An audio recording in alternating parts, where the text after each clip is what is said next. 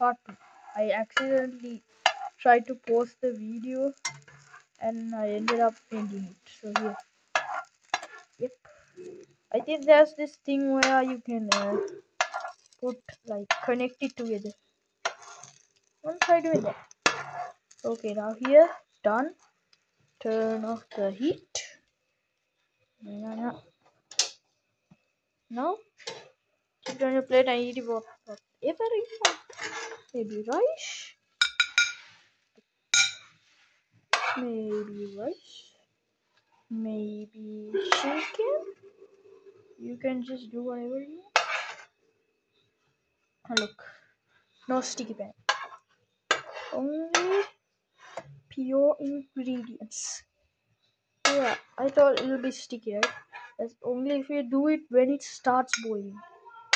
If you do it, trust me, it smells bad, but it tastes amazing. Now, like and subscribe for more such recipes. Bye.